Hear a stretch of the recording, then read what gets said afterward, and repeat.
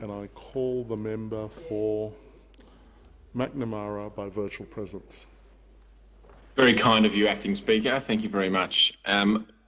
I rise tonight to contribute to the Migration Amendment prohibiting items in Immigration Detention Facilities Bill.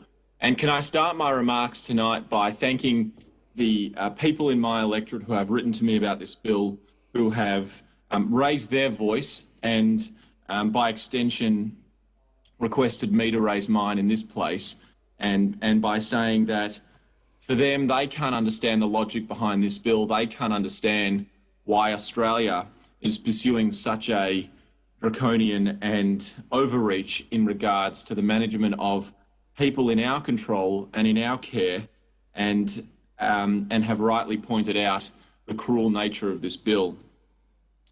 But it is a familiar story, the migration policy in this country over the last decade. It is a familiar story we have had in Australia of this government overreaching and playing political games with our detention facilities and our migration system. But when we saw this bill rehashed, an old version of Peter Dutton's bill from 2017, we thought we would work constructively with the government.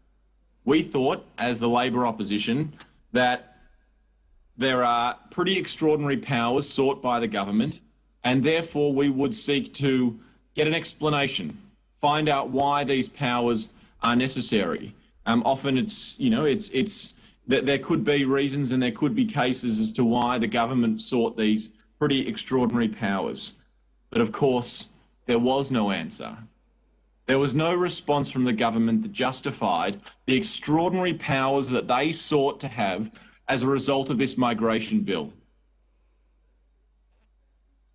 Leads to the one only logical conclusion that it is not about a proportionate response in government, but this bill is about cruelty and about politics. Cruelty and politics is what is governing this bill and the creation of this bill. I was listening intently to the contributions of the member for Melbourne and the member for Clark before my speech, and while I know that they, in their lonesome offices, really enjoy taking swipes at the Labor Party, can I remind them that the Labor Party is opposing this bill, and the Labor Party at the last election took a record of reform to the last election that would have dramatically changed the way in which Australia treats care and treats those seeking asylum in this country. We would have removed indefinite detention and gotten people out of detention. We would have worked with New Zealand and other countries to set up regional processes and to make sure that people weren't left languishing by themselves for years.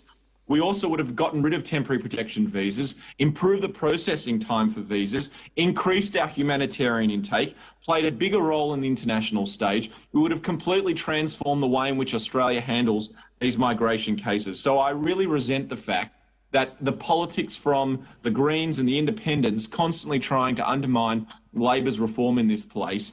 We would have taken a very different approach, just like we did in the last Parliament when we introduced and worked with the crossbench on the Medivac bill. Now, the story of the Medivac bill is much like this one in this place, where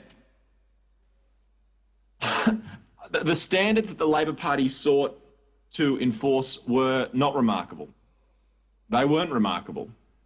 We wanted to just make sure that there was basic medical care for those in our power. And in this bill, all we are saying is that detention centres are not prisons, that people in our care as Australia, as a nation, are not prisoners. And therefore, if they commit a crime, or if there is a suspicion that they have committed a crime, sure, along with the powers that already exist, do with what you need to do. But that's not what this bill's about. This bill is about a punitive measure to deny people with the most basic of accessories like mobile phones. What is this government afraid of? Vulnerable people writing nasty things about them, texting nasty things about the Prime Minister or about the Minister for Immigration.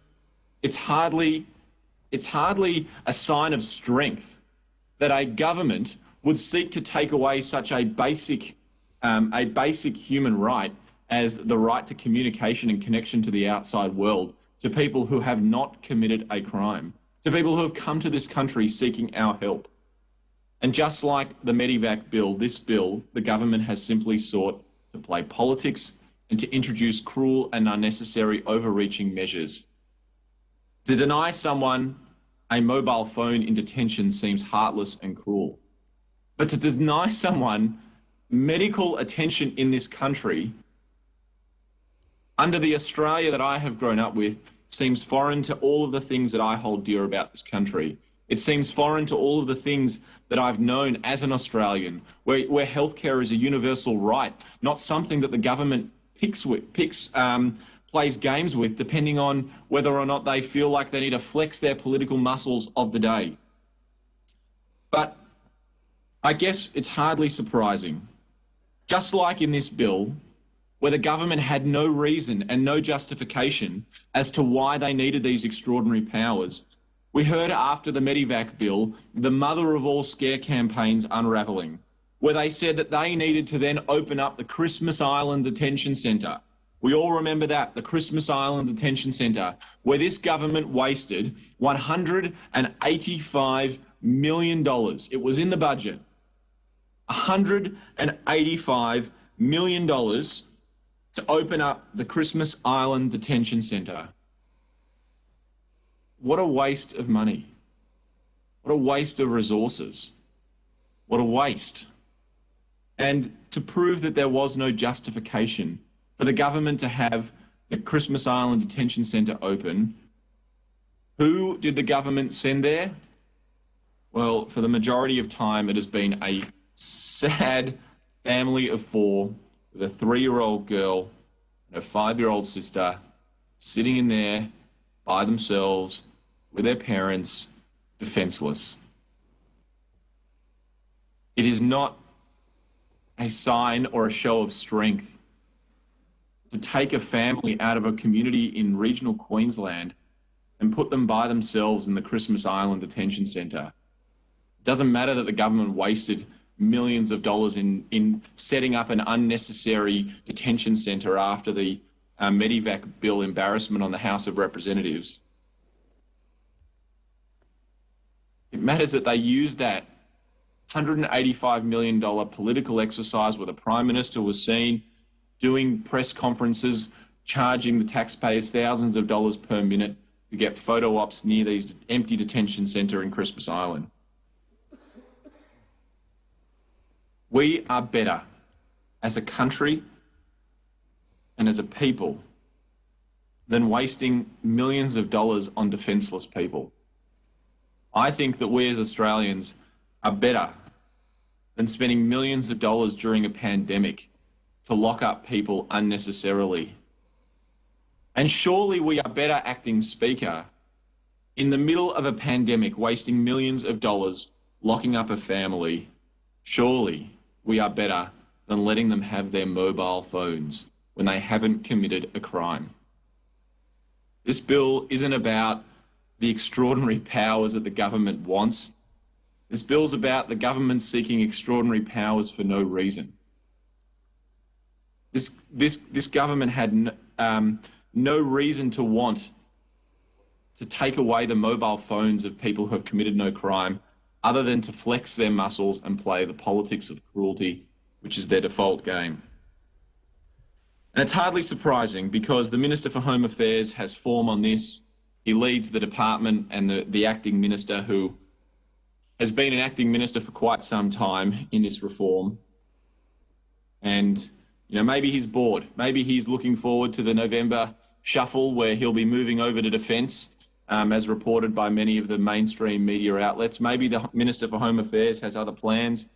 Maybe he's looking to pack up the Home Affairs Department and be shifted sideways. I don't know what's driving this. Maybe he wants one last hurrah in his role in charge of the Immigration and Detention Centre before the Prime Minister shuffles him aside. But all I can say is that we in the Labor Party are not going to be governed by the politics of fear. We need to be bigger than that. We need to be bigger than that as a country, and we need a government that is bigger than that. A government who can stomach having things written about them by people in detention, who are being left there for 7 years unnecessarily, indefinite detention. People who don't have any idea of what the future holds for them. Surely we can say, A, you deserve medical care, and B, while you're in our care, you can have things like a mobile phone. I don't think that that's too much to ask. In fact, I think these people should be taken out of detention as quickly as possible.